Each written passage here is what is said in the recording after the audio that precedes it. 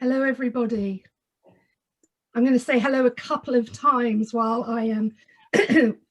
I'm sure you're all coming into the room today.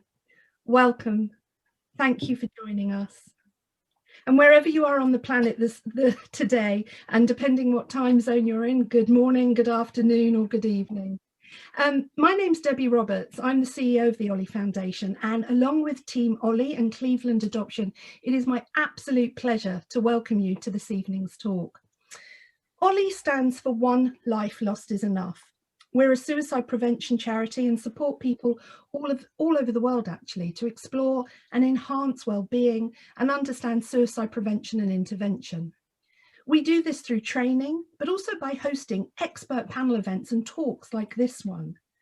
We're always keen to explore areas of experience that are not often thought through in relation to suicide prevention. So we have been just absolutely thrilled to work with Cleveland Adoption to ensure as many people as possible were able to access or are able to access this evening's talk. And this evening's talk is really quite special. He hardly needs any introduction, but Gabor Maté is quite simply one of the world's leading experts in trauma and addiction. And he'll be talking with author, singer-songwriter, public speaker and adoptee activist and good friend to Ollie, Zara Phillips. And they'll consider trauma and addiction through the lens of adoption and relinquishment. And we've invited them to do so because, like many other groups of people who can feel disconnected, who are maybe disenfranchised, feel unheard, those who have been relinquished are statistically more at risk of suicidal ideation than those who are not. To support their discussion, many of you have submitted questions in advance for Zara and Gabor to look at, and they will cover as many as possible. We are here primarily to listen, and Ollie always works on the premise that we're more than the sum of our parts. We know that as an audience, you'll be here with lived experience and or professional experience. So we want to collaborate, we want to learn from each other, and we invite you as we go along to please populate the chat with book references, academic research, details of organisations, wherever you are in the world that are doing amazing work in this area. And in doing so, you're going to help co-produce some of the content for the resource pack that we will send out to all of you attending today. It will include detailed information about our speakers, their books, their links, etc., etc. So we're going to have a bit of a discussion, but what I do want to just highlight now is that during the talk, we have a number of Ollie colleagues on hand, and they might be waving at you now, but we have Vicky, Debbie and Louise. They are here throughout the session. Now you can private message them if any of the content this evening brings stuff up for you, and if you feel like you're struggling in any way. And if that feels useful at any point, please message Team Ollie by sending a message through the chat to all panelists. So you'll be able to see that you can message all, but you can also message all panelists. So if you want to send a private message to us, and one of the team will get you. Now, if you have a general comment or question, we would, and you didn't get a chance to submit it in advance, we would like you to pop it into the Q&A. And again, Team Ollie will curate those and we'll ask our speakers to address those a little bit later on. Louise is managing IT as well, so if you lose connection, hop back on. Louise will get you back in the room. But if you continue to have problems, you can also email us at contact@theolliefoundation.org. Okay, that is more than enough from me. We've done enough housekeeping. So I'd like to hand over to Zara Phillips to give a bit more detail of her work and how she knows Gabor. Thanks, Debbie. Hi, everybody. I'm just so happy to be here doing this event. You know, I'm just so passionate about this work, and I'm looking at all the messages coming up, and it's like people are from all over the world, which tells me that this topic is really still needed to be talked about. I'm an adoptee. I'm in reunion with both families. I'm also in recovery from drugs and alcohol for 33 years. And I tell you this not to impress you, but just to let you know that it is possible, and it is possible for us adopted people to do the work and enjoy our lives regardless of the trauma. I first heard the word Relinquishment, actually from Paul Sunderland many years ago, who speaks about adoptees and addicts. And the further I go in this journey, I realized that relinquishment really is the trauma. I met Gabor, gosh, about 7 years ago. I sent him an article I wrote about becoming a mother, and we started this conversation about the lifelong impact really of adoption and how milestones can re-trigger the adoption experience. I read his book. He has a few wonderful books, but the book I want to share, In the Realm of Hungry Ghosts, was so impactful for me in many ways. And I think it was like the first person that I had read where he was looking underneath the trauma. He wasn't, looking at just the addiction. It wasn't even about that. It was like, what is underneath? Why are people behaving in this way? What do they need? And another thing that he said is, we're actually acting normally in an abnormal situation. And that again was so profound for me as an adoptee, because I've always felt abnormal, like trying to get through life and feeling like the problem. And the more I've explored and done the work on myself and reading his work, it's like, oh, actually, I was acting normally to an abnormal situation. And I'm going to pass it on to Gabor and ask him really the main question is, what are the challenges that adopted babies, children face in their lives? And we'll start it from there. Thank you so much for joining us. It's lovely to see you. Thanks, Zara. It's great to see you again. It's been a few years since we walked in New York, I think, but a lot of things have happened since then. So my interest in the question of adoption began before I dealt with addictions, actually. I was in my 50s when I was diagnosed with ADHD, attention deficit hyperactivity disorder. And it became apparent to me very quickly that, contrary to the accepted medical opinion that this is an inherited genetic disease, it's actually something else entirely. And how adoption came into the picture is that as I did the research, turns out that if you have ADHD, your risk of, in an ADHD population, the risk of having been adopted is 8 to 16 times that of the average. In other words, adopted kids have far greater risk for ADHD than non-adopted kids. And then if you look at the literature, the same thing is true. Adopted kids have 4 times the risk of suicide, multiple risk of anxiety, depression, all manner of so-called mental illnesses. And so then the question is why? Well, the clue for me had to do with my own understanding of ADHD originally, again, before I looked at addictions. And when you look at ADHD as a syndrome, the hallmark of it is the tuning out, the absent-mindedness, the non-presence. Well, that's not a disease. That's a nature-given mechanism to deal with stress. In other words, when people are stressed and they can't change the situation or leave it, their minds or their brains will kind of disconnect to protect them from the impact of the stress. And I knew something of my own infancy. Well, I knew a lot about it, which was a Jewish infant under the Nazis in Eastern Europe. So you can imagine that in my first year of life, I had a lot of the reasons to tune out. In other words, I didn't have a disease. I had a normal response to an abnormal situation of war, privation, illness, and genocide. And so that made me understand that a lot of what we call mental illness is actually, or dysfunction is a response to abnormal circumstances. Now, when it comes to adoption, now relinquishment is an interesting word. I mean, it's accurate, but it's kind of neutral. Like I can relinquish, I have this cup of tea in my hand, I can relinquish it. So while it's technically accurate, that adopted people are relinquished by their birth parents, the child doesn't experience relinquishment. The child experiences abandonment. So that, in a certain sense, that not that anybody means to abandon them, the birth mother might very well want the best for the child, and the adoptive parents, they want the best for the child. But we're not talking about what the adults want or what their intentions are. We're talking about the emotional experience of the infant. And that is one of abandonment. But the problem begins long before then.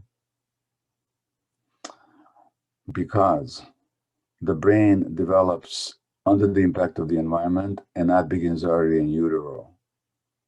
So let me read you a paragraph from an article on brain development, childhood development from the Harvard Center on the Developing Child, published in the leading pediatric journal, Pediatrics, which is the official journal of the American Pediatric Academy. And this article, published in 2012, sums up brain development in this short paragraph in 2 sentences. The architecture of the brain is constructed through an ongoing process that begins before birth, continues into adulthood, and establishes either a sturdy or a fragile foundation for all the health, learning, and behavior that follows. So the architecture of the brain is constructed through an ongoing process that begins before birth. And what that means is that the emotional states of the mom have an impact on the developing brain of the infant. Now think about any mother who's going to give up a baby for adoption. By definition, they're a stressed mother, 99% of the time. They're a single mom. They're an abused mom. They're an addicted mom. They're a poor mom. They are a young teenager without support.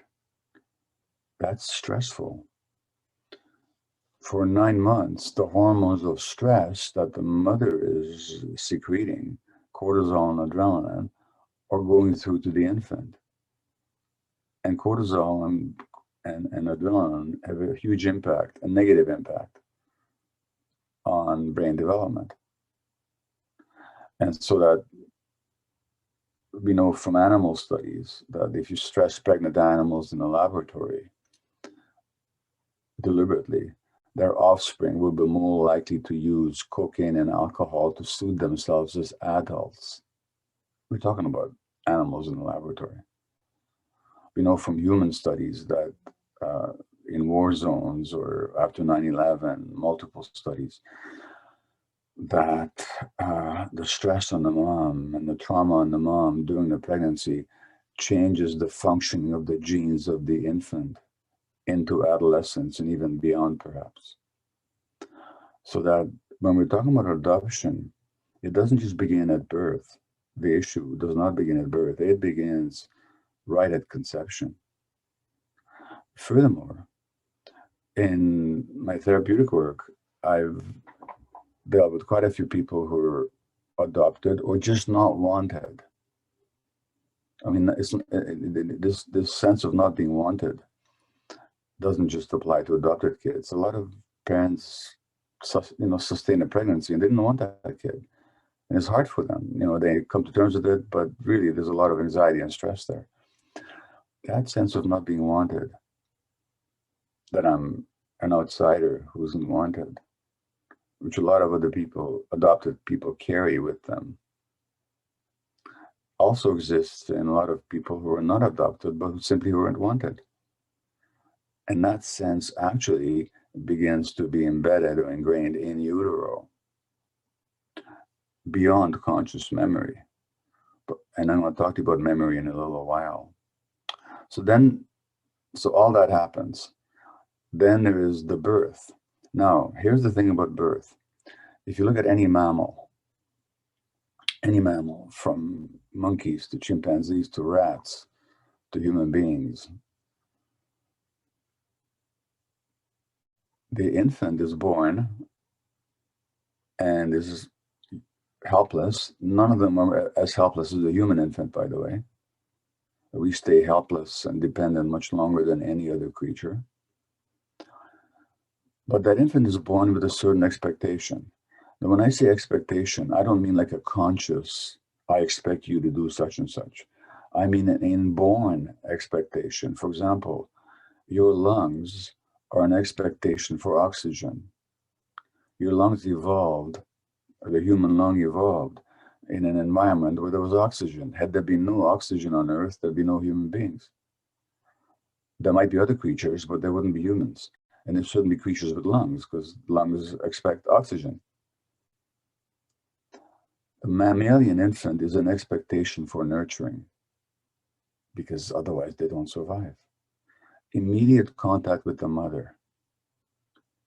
Rats immediately start licking their infants. That's their form of nurturing.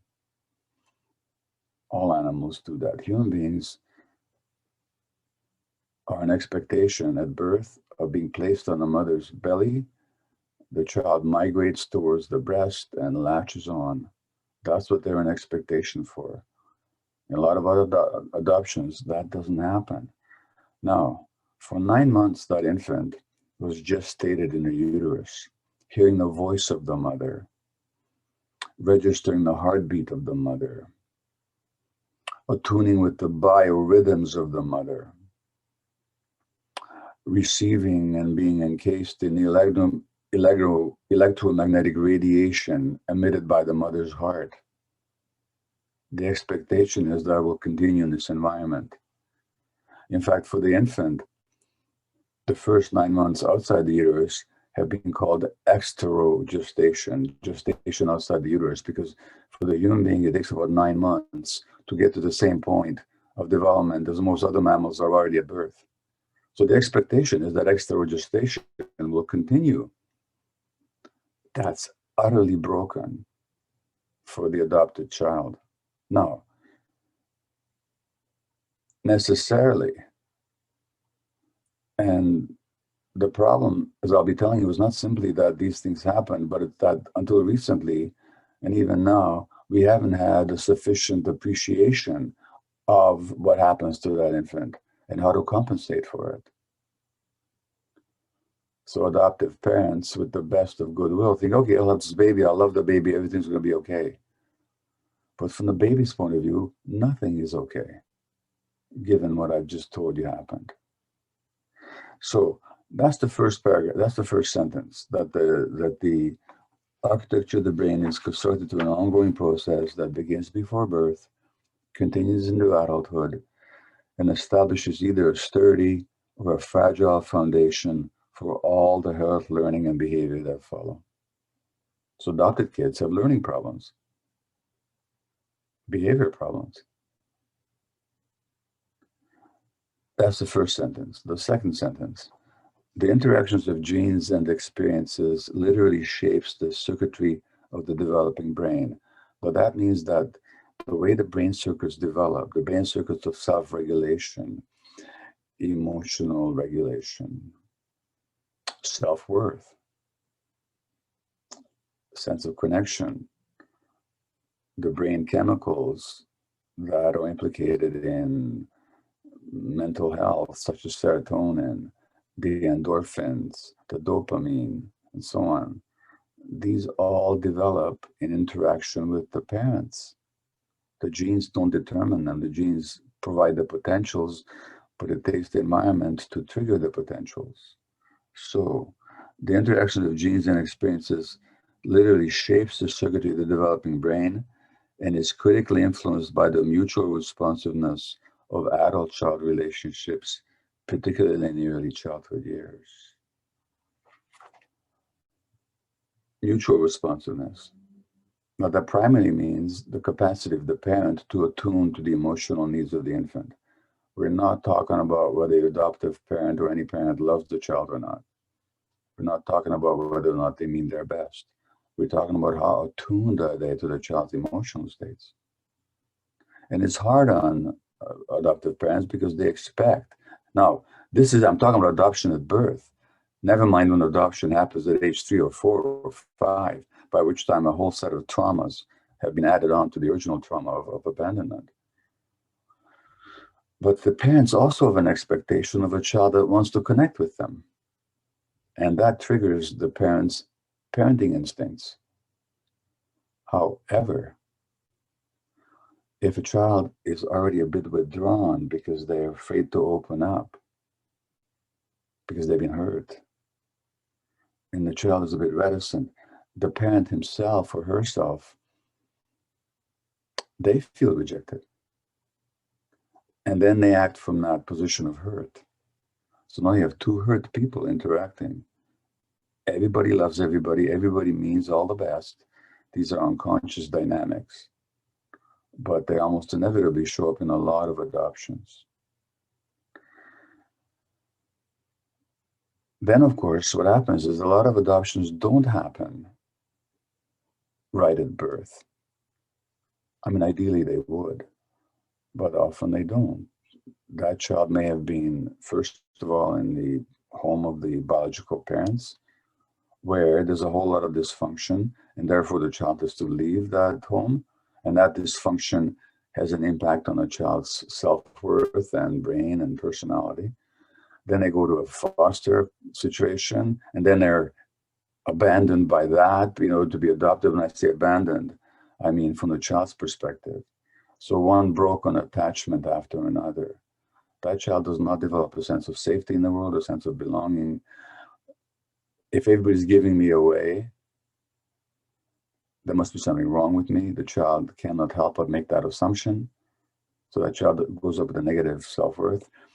And a lot of adopted people have an exaggerated sense of rejection, in the sense that they're in a relationship and their partner is sullen one day.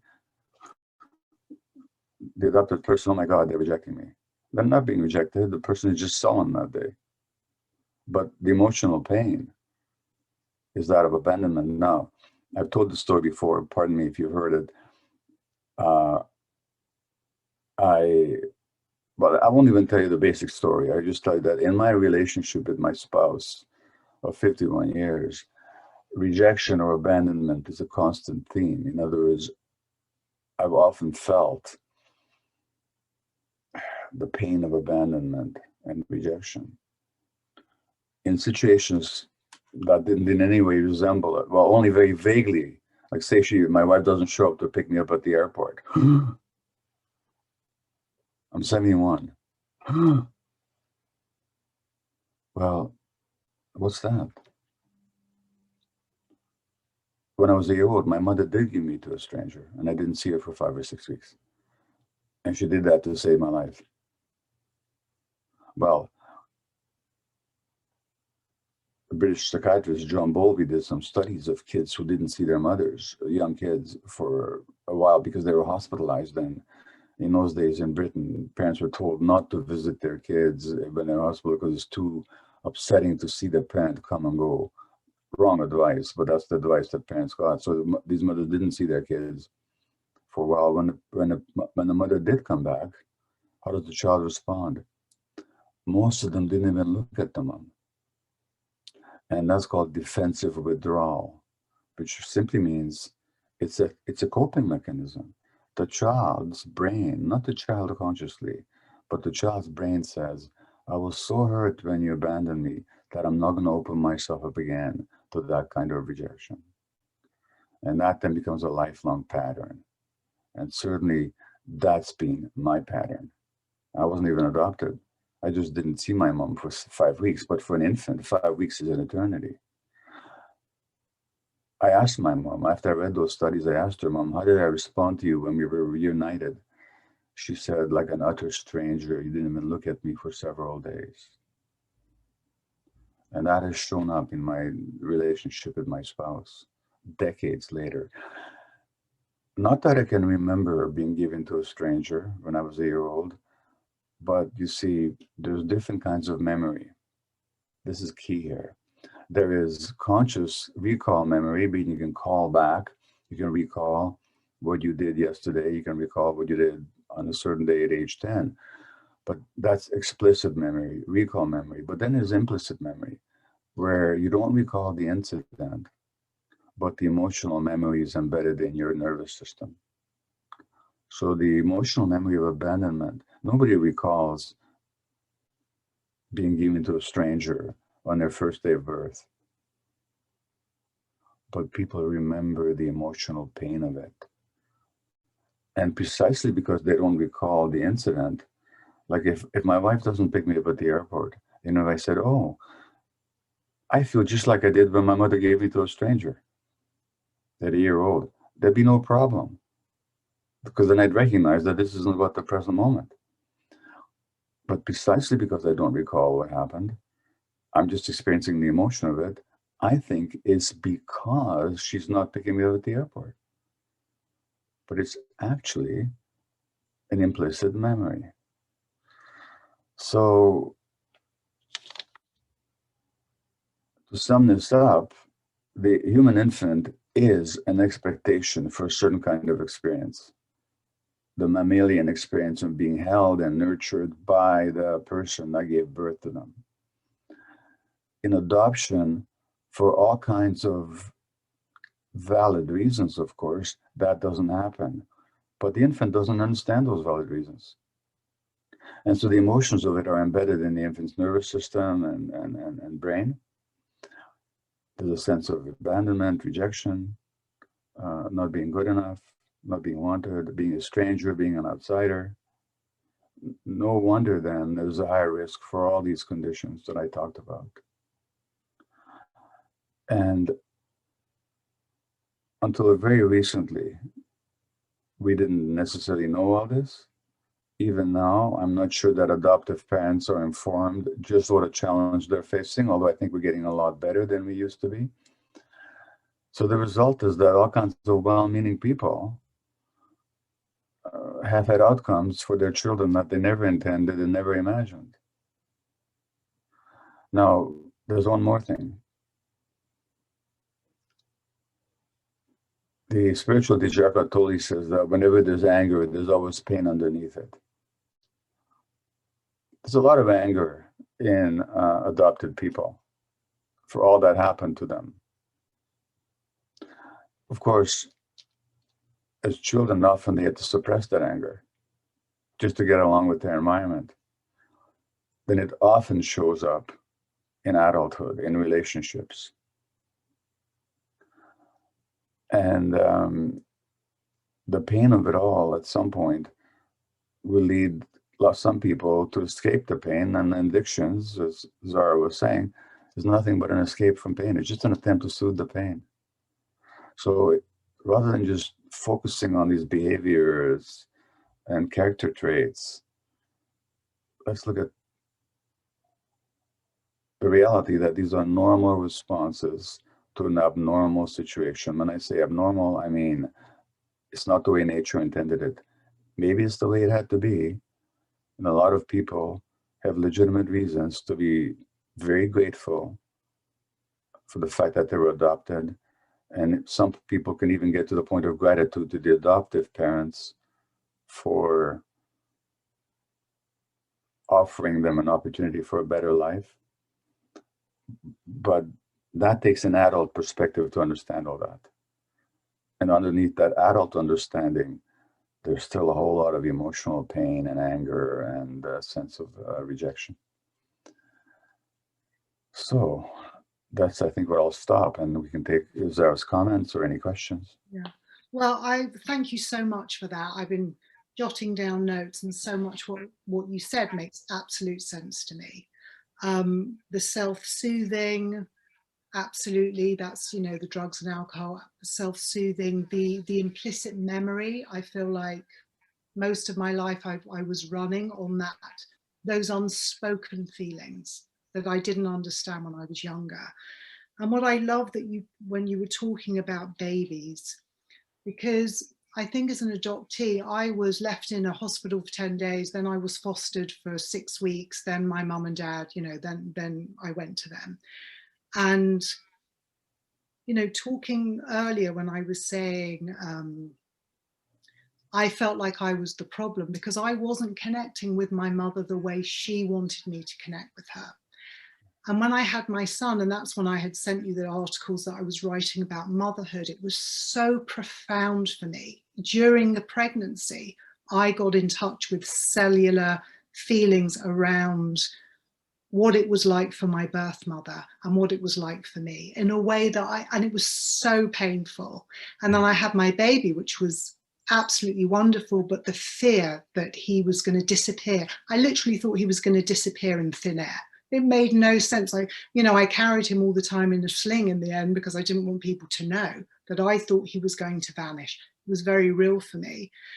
And, as my baby, I have 3 children, but for my first, as I got to know him, but I knew him the minute he was born because I was in tune with him during the pregnancy. And I would, it got to like 6 weeks, 8 weeks, the time when I was separated, when I, finally rather was with my adopted mother. And I realized babies know everything. Babies know everything. And it's so hard for me sometimes to accept that people don't get that. Why don't they get that when you take a baby away, it's going to have feelings around that? But like you say, it's the cellular memory. So absolutely. And it's funny, I think sometimes I've met so many adoptees and sometimes their birth mothers have spoken to them during pregnancy. And I even feel that those adoptees do a little better. My birth mother pretended I didn't exist. And talk about the all-knowing, we just very briefly, there was a questionnaire that somebody wanted her to do. Did you talk to your baby during pregnancy? And then they wanted me to fill out the questionnaire for some degree somebody was working on. And my birth mother said, I don't think you're going to like what I wrote. We wrote them separately and they asked us the same question. Did you speak to your baby? And then they'd say to me, what did you feel in the first trimester, second trimester, third trimester? And I had written, I felt like I was knocking on a door and nobody was there. Nobody was talking to me. And then when I did read hers, it was, I ignored my baby. I wanted to have an abortion. I ignored my baby. I knew it. We know this stuff anyway. And the sad thing is when we are adopted and the adopted parents, like you say, it's not their fault. They are coming to attach. They're so excited to meet their baby. And the baby's looking at a complete stranger. The baby cannot attach because by that time, and I always say to adopted parents, it's not your fault. We cannot attach. We just can't do it probably by that point. But there are other tools that we have to learn to, to work around those traumas. And one of the questions actually, which ties in with this, is somebody had said, have you observed cases where adoptees are misdiagnosed with a major mental illness because the symptoms related to their trauma mimic symptoms of other illness? And I just want to say, when I did have my baby and I was so emotional, luckily I was working with a therapist because a doctor had said, you have postpartum depression. And she said, no, you just are feeling your grief. And that's when I started writing about motherhood. And I had adoptees emailing me and saying, oh my God, I felt the same as you. There was nothing wrong with us. Again, it's like we were reacting to a situation. We were just working through it with our children. So I'm going to read you a couple of the questions from all these sheets and then we'll look. I'm seeing there's like a whole bunch here. Let me just say something. Yes. In some cultures, they actually sing to the baby in the uterus. Yes. They actually sing to them. They have their own song. And when they're born, they welcome them with that song. I love that. A lot of traditional cultures do that. So, it's and babies do know. Yeah, they know. And, I mean, I've had people undergo psychedelic experiences and they actually remember the pain in the womb. Well, I felt like I was rebirthing I was pregnant and I'd start having these nightmares of rebirthing. I mean, I didn't tell people because they would think I was literally nuts. The fear was, don't tell anybody these deep feelings. They're going to take my baby away before it's even born. So, you know, I say to all you adoptee people out there or becoming mothers, if you experience this deep feeling around the births of your children, it really is normal. And I knew my birth mother by that point, but it didn't make any difference. Now, as to the point about misdiagnosed mental illnesses, this is a longer conversation, but it's not that adopted people are mistaken to have mental illnesses because their symptoms resemble them. All mental illnesses are a response to trauma. So that what we call mental illness in general, this is a much broader conversation, is one point of view, which I totally subscribe to, is that all what we call mental illnesses are actually all responses to painful life experiences, not just among abducted people, but in general. Everybody. Interesting. Yeah. And would you say that all addicts have experienced childhood trauma? Yeah. So here's the thing: not everybody who's traumatized will be addicted, but everybody who's addicted was traumatized. And traumatized, trauma simply means a wound. They suffered a deep wound that often that they're not aware of. And you know, I've had plenty of conversations with people who thought they had really happy childhoods, but then, you know, it takes 3 minutes. You ask a few questions, and it turns out there was a lot of pain in that childhood. And how people deal with pain in childhood is they suppress it because there's too much to bear. If you can't share it, you bury it. And if you can't carry it, you bury it. But that doesn't mean that it goes away. It just lives in your subconscious and then acts up and creates problems. So yes, all addicted people have suffered significant wounding in childhood. That's why the addiction. And so my mantra on addiction, and thanks for mentioning my book, In the Realm of Hunger Goes, but my mantra on addiction is not why the addiction, but why the pain. Absolutely. And I just wanted to quickly comment, when you talk about anger, you're like, adoptees are angry, and I'm like laughing, going, me, angry? I was like a raging lunatic, you know, like if there's a word stronger than rage, that was me. It's kind of, but I feel there was so much grief around that, you know, that a lot of that is the grief that had to sort of come up. And what saddens me is the self-hatred, the cutting, the using against oneself. Well, hold it. Everything has a reason. The cutting is self-love from a certain point of view. When I talk to people who cut, I said, well, I don't see what's wrong with it. I say, what's right about it? What does it do for you? And the usual answer is, it gives me a pain I can handle that replaces a pain that I can't handle. No. And furthermore, when you cut, that releases the pain, relieving chemicals in the brain called the endorphins. For a while, you feel better. So like everything has a purpose. And so that even the self-cutting is a form of self-love in the sense of the organism trying to survive something. I like that. I like the way you look at that. And how would you say relinquished people's health can be affected, you know, generally in a lifetime? Well, so I've already talked about the documented mental health implications, increased rate of suicide, anxiety, depression, ADHD, and so on. I don't have the statistics on physical health issues, such as chronic illness like cancer or autoimmune disease, but I've studied those issues and I've written a book about them. They're also responses to childhood stress.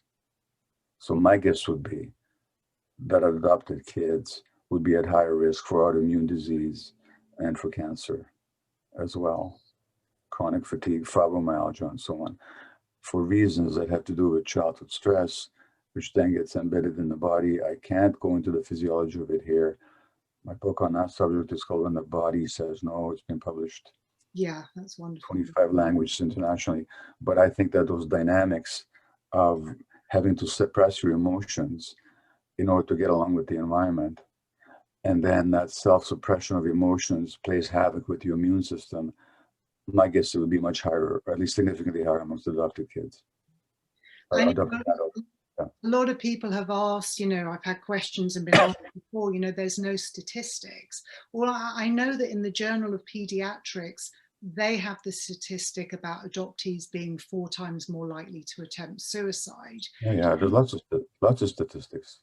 Yeah, and you know, in treatment centres, I know when I've spoken in treatment centres and to the mental health profession, they say adoptees are always overrepresented. Yeah, for good reason. Yeah. Good. Could I just come in with a question? Yes, please. Somebody earlier on this evening, a really interesting question I thought to put in here. They said, I'm an adoptee, but my addiction to alcohol began when I had my search and reunion with my birth family. And that's when they say they started to spiral. And they wondered if you could maybe talk to this reunion trigger for addiction. And yeah, I'll just leave that there with you. I'd love to say something first on that, if I may. What I have learned about the reunion experience, I found my birth mother when I was 4 months sober. That was the first thing that came up for me, was I need to know who I am. Interesting, right? Drugs and alcohol went down. What came up was I need to know my story. And I didn't know at the time, but what I believe now is that the reunion experience is when the grieving really starts. And when the relationship, when you meet, is when you really start dealing with those primal issues that Gabor was talking about. And I have to say, being newly sober and searching, I had no support because I just thought, I know what I'm doing. You know, I knew nothing of what I was doing. And I would barely make it out her door, literally howling all the way home, howling in a way that I'd never even knew, you know, what existed within me, but it was all coming up. And I think it is a very, very vulnerable time. And I always share when I work with addicts, I say, please, if you're going to start reuniting and you're newly sober, get support, go to support groups, talk to other people, because you are going to get in touch with all that baby stuff. That is exactly what happened to me. And I don't even know how I stayed sober. Have to admit, I did eat bowls of chocolate at the time to get through. Sugar. Yeah, and I don't have anything to add to that. I mean, I think it's just the fact that that reunion, like somebody wrote on the chat, that when they heard, the first time they heard their birth mother's voice at age 30, it's like they remembered the voice, and there's something in you does. And so all those baby issues will get triggered, and that's a very volatile time. And for the mother too. And the other thing, when you were talking earlier, Gabor, and you were saying about the adopted parent, you know, wants the baby, what is the expectation, right? The adopted mother's like, but I've adopted you, why aren't you connecting? And then I met my birth mother and she was like, can't you just forget about the past? And here we are now. And I'm like, no, I don't know how to. I don't know how to. So what I learned, and I think for other adoptees too, it's so painful because your whole life you have this void. And, you know, I know we're not supposed to have expectation, but you do. I felt that she was going to fix the void in me. She felt I was going to fix the void in her. But the sad fact was, yes, it helped, but I still had to go and do the work. And she did. And then you get angry at one another. So I think that that's, you know, to be aware of that as well. What do you think, Gabor, the impacts of generational trauma? I mean, I don't really know on relinquished babies. I think about my children, but...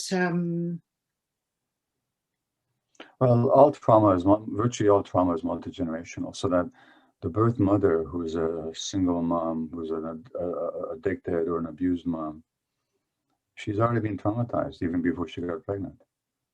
And she got traumatized in her family of origin by parents who themselves were traumatized. Right. So that this trauma is not personal. It doesn't begin with you, as a book of that title says. It's just multi-generational, and it's passed on both psychologically and it's passed on epigenetically. Epigenetically means not through the genes, but through how the genes are activated. So you can stress the grandfather, and that stress, to put it very simply, can be passed on to the sperm, to the grandchild. Oh, God. So that trauma is always multi-generational. It's rarely just individual and personal. Yeah, that makes sense. There are, gosh, there's about 3 or 4 questions from adoptive parents, and I'm going to sort of pull them all together because they're very similar. Their children are having issues, interestingly, with sugar, a lot of addictions to sugar, low self-esteem, self-harm. And they're all around the same age as 11, 12 years of age. A couple are from China. And, these adopted parents are really struggling with, how to help them self-regulate and what can they do to support them. Yeah. So, with all due respect to everybody, it's almost impossible to give you a satisfactory answer in the short space that we have here in a short amount of time. But first of all, you have to look at your own emotions. What happens for you when your kid behaves in a certain way? Because if you get upset, you start feeling tragic, or you start feeling angry, if you start accusing yourself of being a failure or of accusing the child of anything, you've already lost the game. So if you want to help your child self-regulate, you have to learn self-regulation yourself, and you need to work on that. This is true for all parents. And that's difficult. It's much easier to try and fix the kid. You think if I only fix the kid, I'd be okay. Well, very often children have a way of triggering our own stuff. So that's the first point, is you have to deal with your own emotional states, because from an upset emotional state, how can you possibly teach self-regulation when you're not regulated yourself? So that's the first point. The second point is you need to see the child's behaviors not as bad behaviors, but as representations of emotional pain and attempts to soothe that emotional pain. Just if you make that shift, so then rather than focusing on the behavior, oh, this kid is in pain. Well, if you approach them from that angle, your demeanor will be very different. Your whole approach will be very different. Thirdly, a lot of adoptive kids, just kids in general in this culture, but because of their troubled attachments with adults, become too connected to each other. And our kids are looking to each other now. And for nurturing and for modeling and how to be and how to walk and how to talk. And so they're going to take on the values and behaviors of the peer group rather than of the adults, which is unhealthy for them. Because throughout human evolution, it was adults who initiated kids into adulthood, not other kids. So somebody asked on the chat line, which of my books would I recommend? Well, I would say that from the point of view of parenting, I'd recommend 2 of my books. I think anybody who reads them, regardless of the kid's diagnosis, is going to get a lot from them. One is on ADHD. The American title is Scattered. The Canadian, British title is Scattered Minds. It'll teach you a lot about child development and child behavior and how to deal with it, whether your kid's got ADHD or not, I promise you. And the other book is called Hold On to Your Kids, Why Parents Need to Matter More Than Peers, which is about actually how to deal with kids' issues. Now, beyond that, let me give you a wonderful resource that's got nothing to do with me personally, except in the sense that the second book that I mentioned, I wrote it with this psychologist called Gordon Neufeld, who in my mind is the world's deepest developmental psychologist. And www.gordonneufeld.com. He's got videos, beautiful videos on the challenging child, on the teenage child. I think he's got videos on adoption as well, on bullying. Nobody understands kids like he does. So if you check out Gordon's website, any one of his DVDs would inform you immensely. To sum up the answer, children are acting out their attachment pain, trying to control the behavior. If a kid is self-soothing with sugar, trying to control that, you're never going to get anywhere. You're going to have to put up with the sugar eating and work on the relationship. So the child will feel really good about themselves.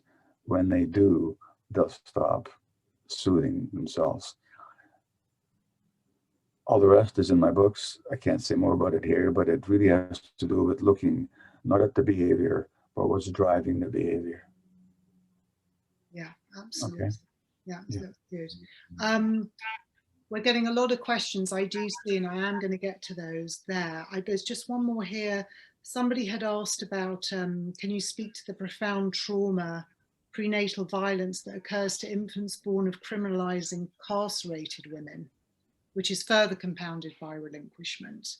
We probably covered that, but how can we do better for marginalized, vulnerable pregnant women who are still criminalized?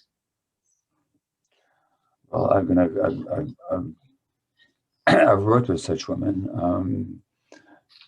For example, I remember one case where a woman was in jail because of drug charges, and the baby was born in jail, and they wanted to take the baby away. And I wrote this letter saying, look, the worst thing you can do to this baby is remove them from the birth mother. And the baby stayed with the mom and did very well, actually.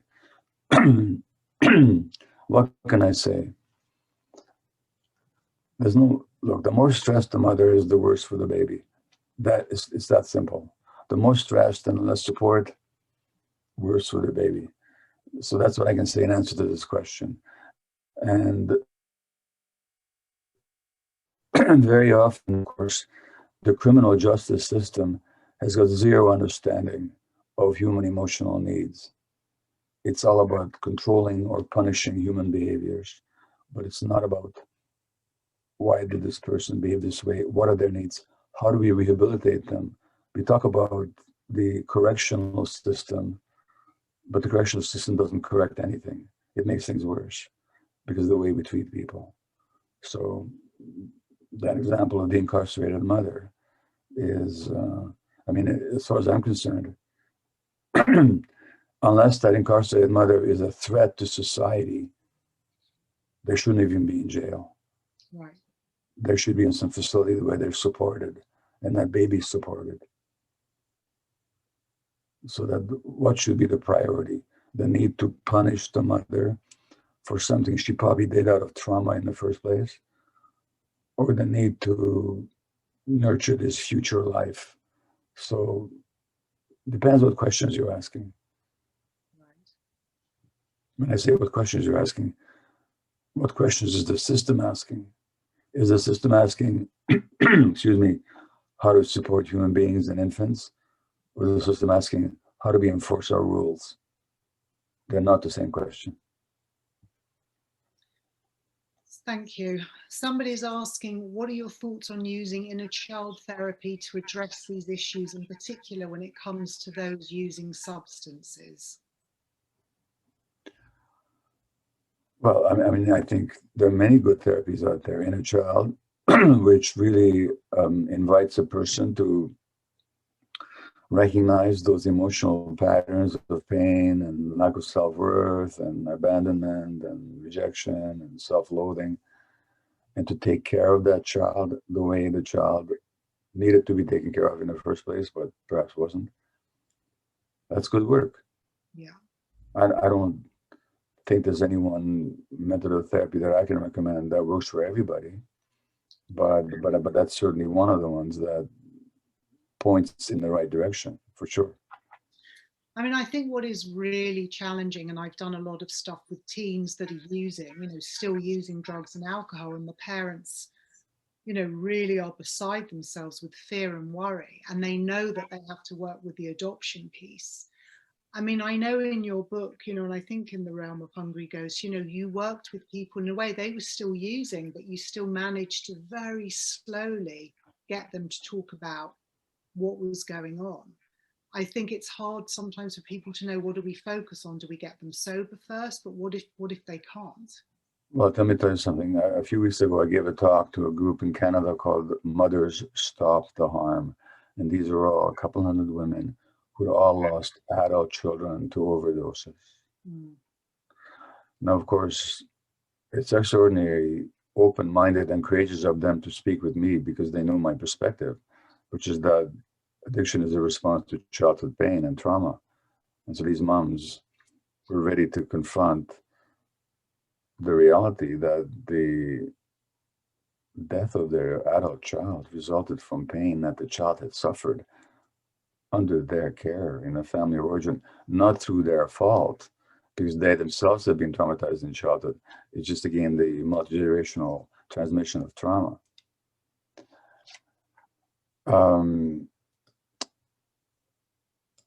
But, and I'm trying to remember, can you remind me of the question? Because there was a reason why I brought that up, but now I forget why I did. What did you ask me?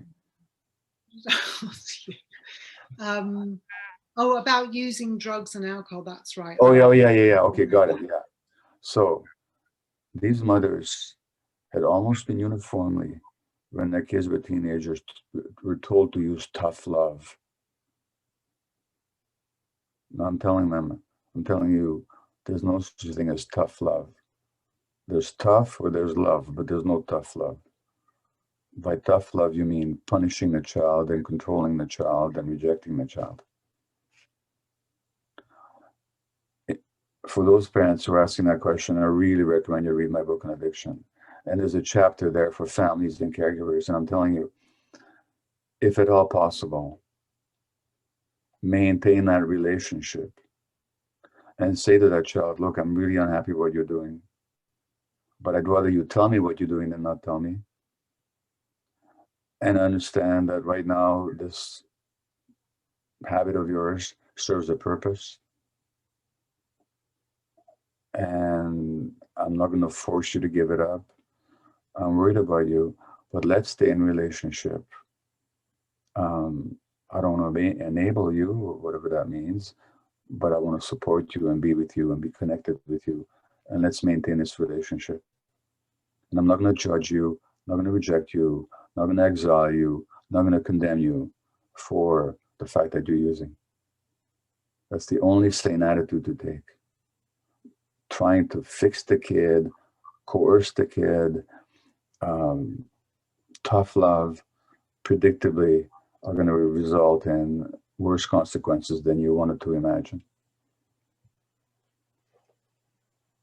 Yeah, it is a hard path. I mean, I do feel for people in that. Oh, so do I. Look, I've broken my teeth many times trying to fix my kids' behaviors, you know. Me too. It doesn't work. It doesn't work. I think it's that thing too, you know, I'm looking at all these questions and I'm thinking, you know, there is a lifelong impact to being adopted. And I actually believed when I was younger that when I grew up, I wouldn't be adopted anymore. Don't know where I thought that. And I didn't realize that all these milestones, because people are asking, do things continue into adulthood? Yes, absolutely. Yes. For me, in fact, maybe they're even more highlighted, you know, death of adopted mother, well, now both my parents. Oh my God, so profound. You know, having babies, all these things can re-trigger. But I think if we really learn about ourselves, do the work, you know, go to support groups, conferences. I mean, I really do believe in surrounding yourself in the community where people can have had similar experiences where you are safe to really work through it.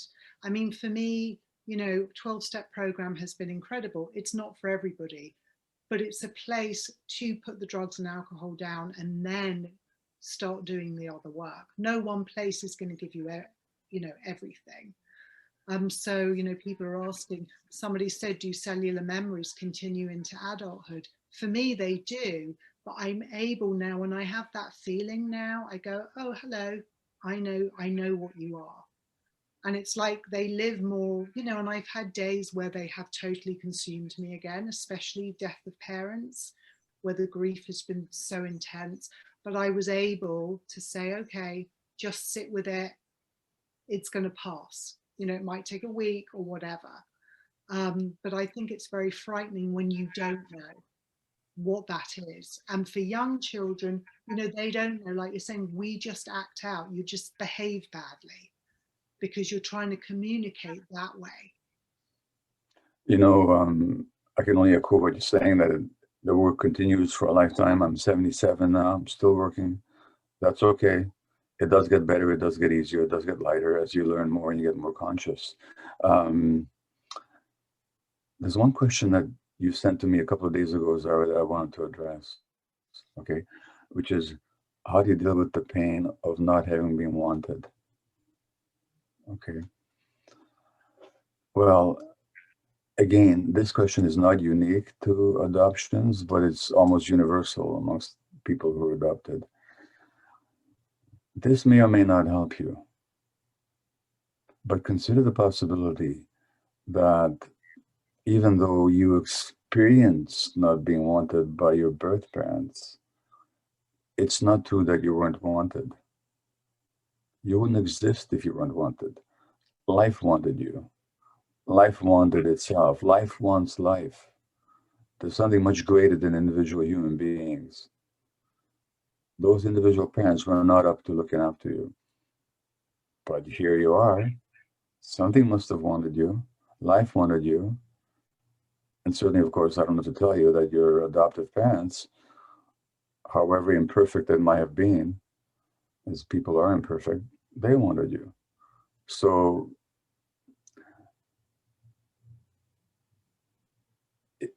yes, there's pain there because of that, all the reasons we've been talking about.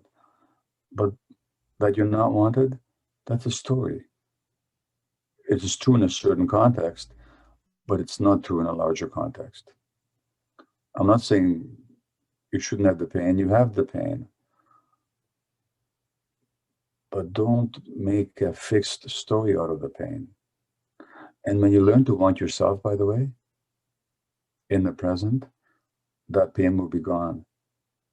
Because ultimately, you're the one that doesn't want you. You're the one that doesn't accept you. And that you can learn. Yeah. Oh. It's not easy. It's work, like Zara says, but I get goosebumps when you say that. That is so beautiful. Life wanted you. I have never heard anybody say that before in all these years. It's absolutely makes me teary.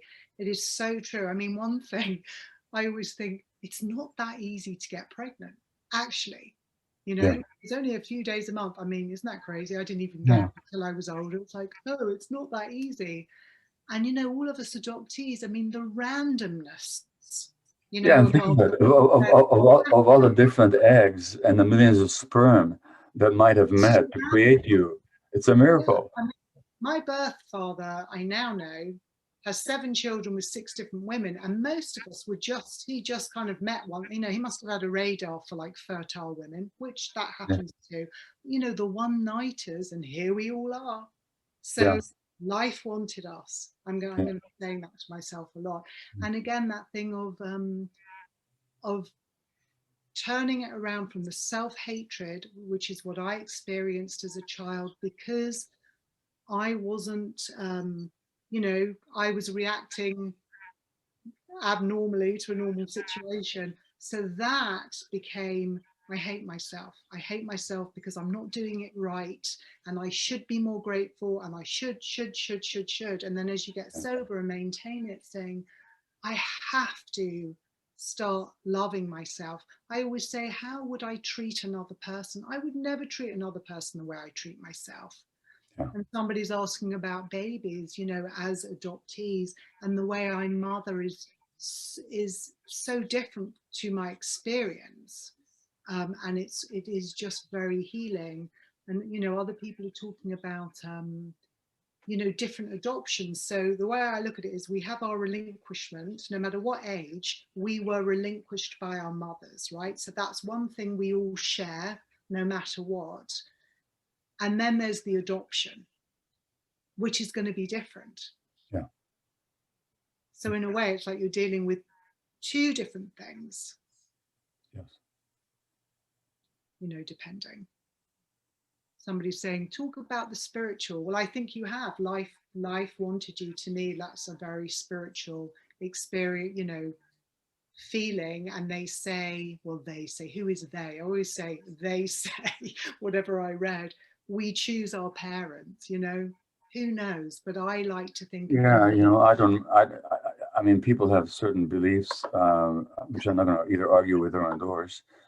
I don't remember choosing my parents. I'm not sure that any infant in their right mind would choose to be born Jewish under the Nazis.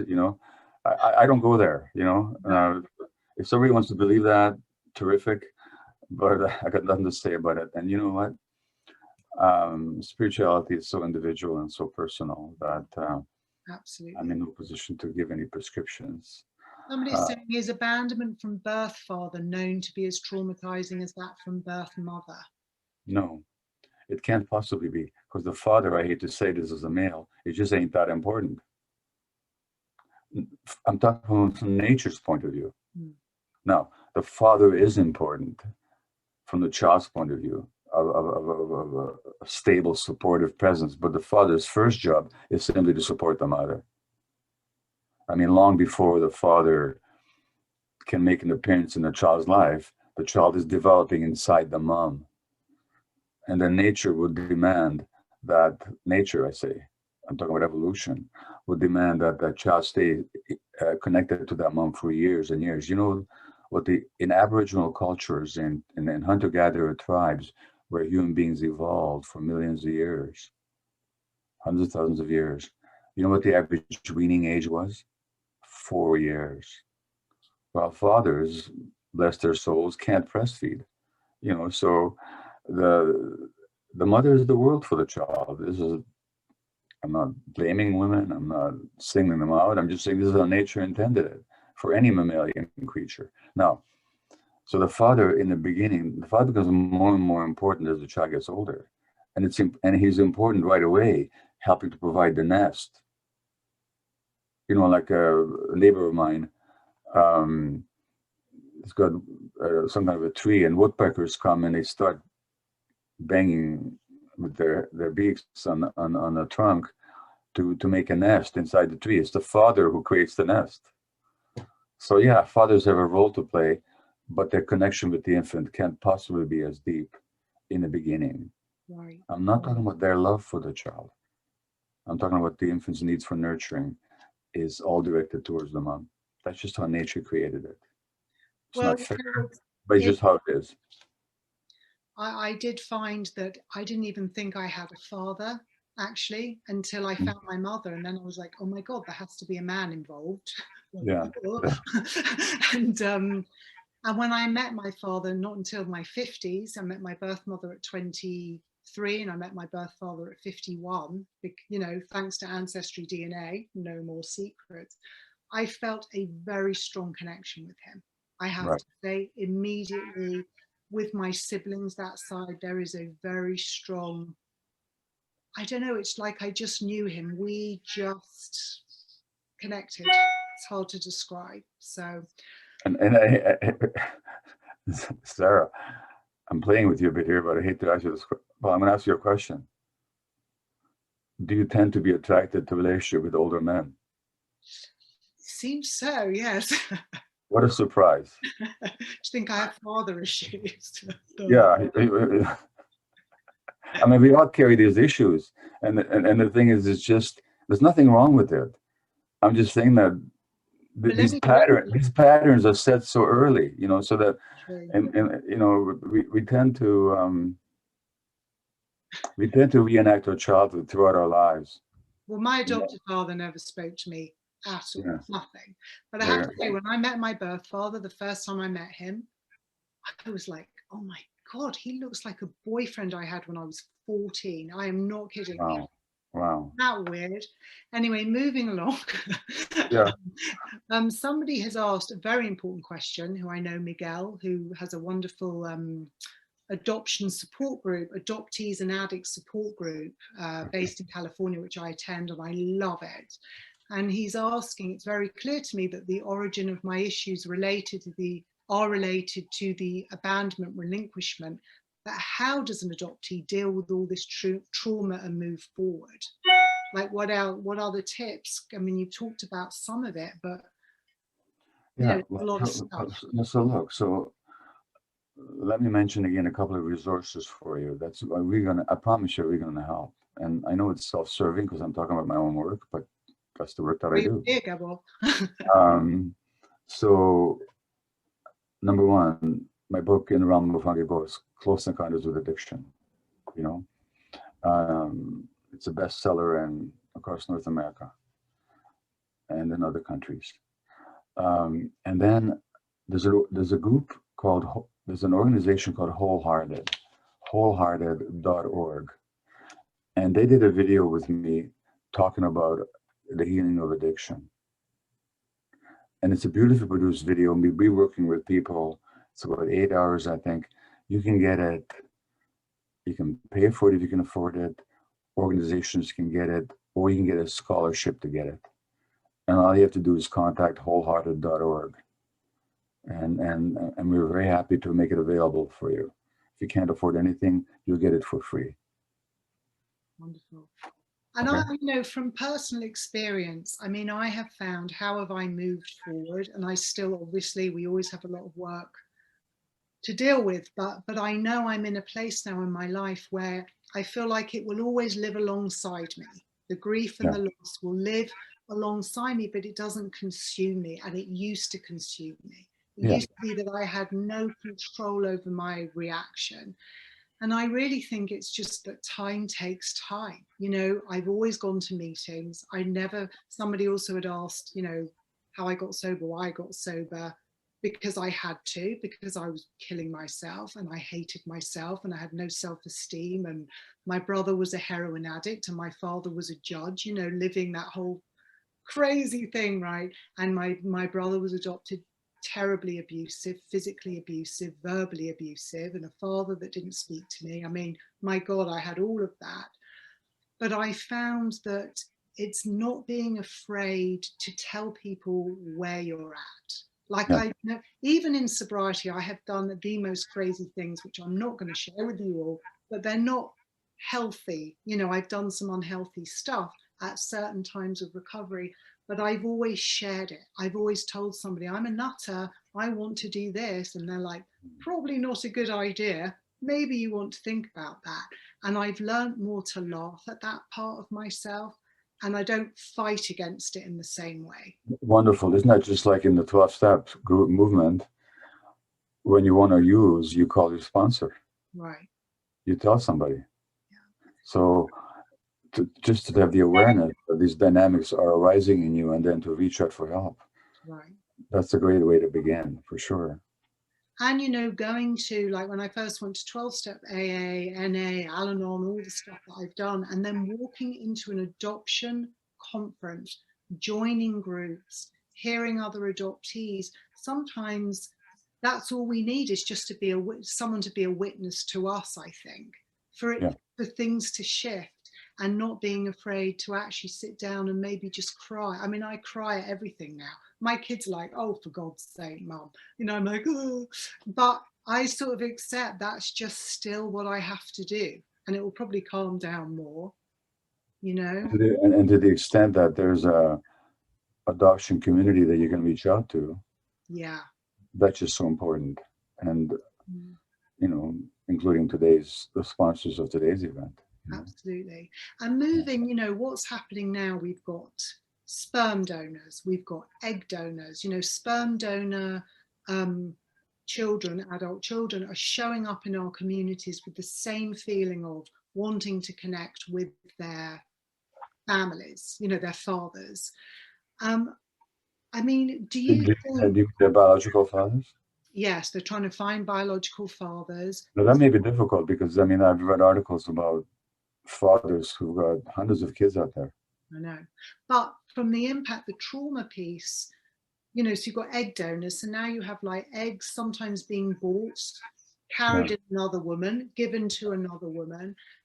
Do you feel that all that trauma, is it different? I mean, I don't know.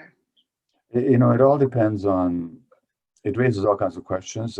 Probably it's too early to know the answers. But even then, you know, somebody really wanted you. Otherwise you wouldn't exist. And it depends how it's handled, you know, like parents trying to get pregnant go through a lot of anxiety. There's all these permutations now of sperm donors, egg donors, surrogate mothers, all this kind of stuff. I think if we just realized that these pregnancy stresses and then the separation from birth mother all have an impact, and the whole environment, the agencies that are involved, the adoptive parents, they're all aware that this child has special needs. I mean, all human beings have special needs, but in these children, the attachment wound and the stress wound is just that much deeper. So they need a lot of patience, a lot of understanding, a lot of not taking their behaviors personally, adoptive parents not being disappointed if the child isn't as responsive as they'd hoped they'd be, or if the child is too clingy for that matter at the other end of the scale. That these all have reasons. I think it just takes an appreciation of all this. Yes. Yeah. Because it can be very selfish sometimes. Parents like, I just want a baby and I'll get it no matter what, and not realizing that there's going to be an impact. You know, the egg, it's like you're saying the baby, it starts in utero. So now you're putting other people's eggs in other women. We don't know the impact of that yet. We don't, but again, I think if we take the attitude of what are the child's needs, yeah, then that'll serve us well. Yeah. Somebody's asked, you know, how did the importance of connection, how do we get better at connection if adoptees have no modeling and they fear abandonment? A lot of adoptees writing, but I have fear of abandonment, I have fear of trust, like you've experienced. What else could you say to people? Well, so first of all, to recognize that fear is well earned. You've earned that fear.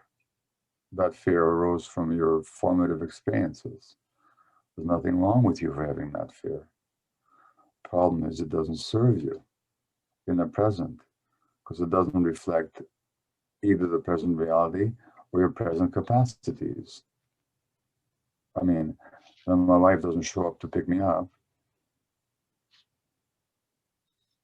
okay, so I took a taxi home, you know?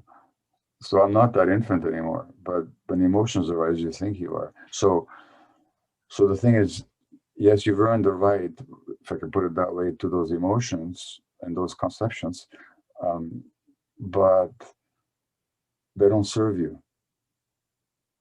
And they don't reflect your present capacities, because you're much more capable now than when you were an infant and this first happened, number one. Number two, it doesn't reflect the present situation. That's when therapy, that's when self-work comes into it. If these patterns keep showing up and you realize that they're based in the past and they don't reflect or serve the present and they create problems, that's where you realize I need help. Yeah. I need help. And then there's all kinds of help available. Yeah. And I think absolutely to keep remembering it's not present day. You know, I have to say to my boyfriend, you have to understand, if you don't call me back, I think you're dead. Yeah. He's like, you know, I mean, that's the first thought. You're dead. Yeah. And I know I was in the shower. You know, you can laugh about it, right? But it's so extreme. But again, I think it's just learning that about oneself. So we have like a few more minutes. I don't know, Debbie, if I'm missing any major questions, because it's hard for me to keep up with all of this. There is so much coming in. So there have been a couple of questions around actually mum, and for the mother whose child is removed from her. Mm-hmm. It's not her choice. Mm-hmm. And I don't know if you feel there's anything there that we could usefully talk about in the few minutes that we have. And if not, just to recognize that is a question. No, I mean, unfortunately, I used to see that all the time, because when I worked with an addicted population in Vancouver's downtown east side, and these women were addicted to heroin or cocaine and so on, their children were inevitably taken away from them. Almost inevitably, they were taken away from them. Rather than making an attempt, how can we support this mom? Even if they're using, how can we support them? Because they really wanted to love their kids. Most of them really did. They wanted to be with their kids. It was a major loss for them, and another trauma for them to lose their kids. Now, sometimes, in some situations, just to protect the child, you have to enforce that separation. We do it far too quickly and without exploring what could we do to support the mom, to help them be with the child. Because having that child is a terrific incentive for moms to give up their addictions. Right. But they may need some time. Why don't we support them? Yeah. You know, it's all these false beliefs that we're protecting the child. We're not protecting the child. So I think there needs to be a lot more leeway for mothers who are traumatized and therefore not as functional as we'd like them to be, to become functional. And agencies, social agencies, just they, for the most part, they don't get it. They just don't get it. And it's a trauma. It's a major loss. I mean, you know what makes me, I always think about these mothers, young mothers often, or even mothers using drugs. I absolutely agree with everything you said. They rush, I mean, in America, I don't know really anymore what goes on in England, but they rush for them to sign the relinquishment papers, you know, before the woman's even had the baby sometimes. And I just want to say, let this mother give birth and have her baby, because the feeling once you've had a baby is very different from being pregnant, right? And yes, of course, we have to keep babies safe and children safe if their parents are, and there are horrible stories of parents that are abusive, we know that. But for the mothers that really want it, I'm always like, why can't you adopt everybody? Adopt the mum and the child. This 15-year-old drug addict is going to be 20 one day. You know, maybe she can get her life together. Actually, there's a wonderful documentary Sheila Gans did about addict mothers, same staff, talking about losing their babies and how they you know, were all put in this facility together, this home, and they were taught how to nurture their babies. But if they were using drugs and alcohol, they had to know the baby had to go elsewhere for a while. That's my dream. I want to build like this huge place and put all the young mums in and keep their babies and let them go to school, and, you know, I can hug the baby. It's like total fantasy, but you know, why can't we do that to help everybody? I don't know. It's just not set up that way. The chat is absolutely full and buzzing, and it's amazing to see everyone supporting each other with great links. One of the things that has also been mentioned, I just happened to notice as the chat was scrolling through, was just the understanding that some of what we're talking about here is it's almost like a common condition, a human condition, isn't it? A sense of loss. Actually, many people can feel that in whatever family situation they're in. They can feel like they don't belong. Yes, it's heightened naturally for a lot of adopted people, but it's very general. It's a very human. It's a human experience. The sense of loss, of not having been seen, or perhaps not having been wanted for who you were. That's, you know, thank God I make my living out of that. If everybody was happy, I'd be out of a job. Well, you better not heal everybody too much. You're helping too many people. How would I sell any books if everybody was treated well and happy? Yeah. Well, we're talking. Yeah, you know what? By the way, I often joke about it. Is that all of this developmental science and all of this brain science and all of parenting science? What does it come down to? It comes down to this: if you treat human beings well, if you accept them and nurture them, they're going to be okay. And if you don't, they're not going to be okay. All the rest is verbiage. Absolutely. And, you know, Debbie, I'm just, because I know we've only got a couple of minutes, but I just want to say, you know, when I was younger, I felt so alone, like so alone. I was the only one in the whole world that felt the way I did, as many people feel. Yeah. And, you know, I think of all little adoptees and I think, gosh, if I can just help a little adoptee, then my work is done, right? To have their voice, And I think it really is, as Gabor was saying, it's like finding our voice, and for the adopted parents to allow their child to have feelings around being adopted and not making it about them. It's not about, we love our adopted parents as much as we're able, you know, it's not about them. And maybe telling the child that there are other adoptees, there's big adoptees out there that are getting through life. You know, little adoptees like to know there are big adoptees that are getting through. Did that make sense what I said? Anyway.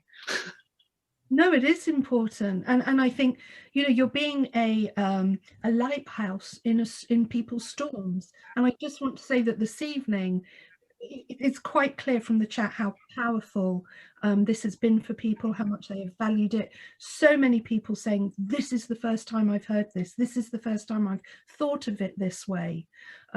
I cannot thank you enough for giving up your time this evening. I did want to make sure everyone on here knows all the books that have been written by our incredible speakers, all the references that you've heard today, and all the incredible resources that have been populated in the chat. We will pop that all in a resource pack that will go out to everybody. The video of this evening hopefully will be available in a week or two as well. Let me just finally just acknowledge something. Please. Speaking from Canada, there was an organized, state-sponsored, multi-generational robbery of children away from their parents. And this happened to a Native community, where the government decided that the way to deal with educating the Indians out of not being Indians was to take away their kids from their families and to bring them up in residential schools, where they were abused sexually, physically, emotionally, where their spiritual ways were demeaned, they were beaten. And it's no wonder that 30% of the people in jail in this country are First Nations origin. They make up 5% of the population. So that here was a state-sponsored relinquishment, state-enforced relinquishment. Mm-hmm. And the impacts are going on and on and on and on. And I just can't leave this discussion without at least acknowledging that fact.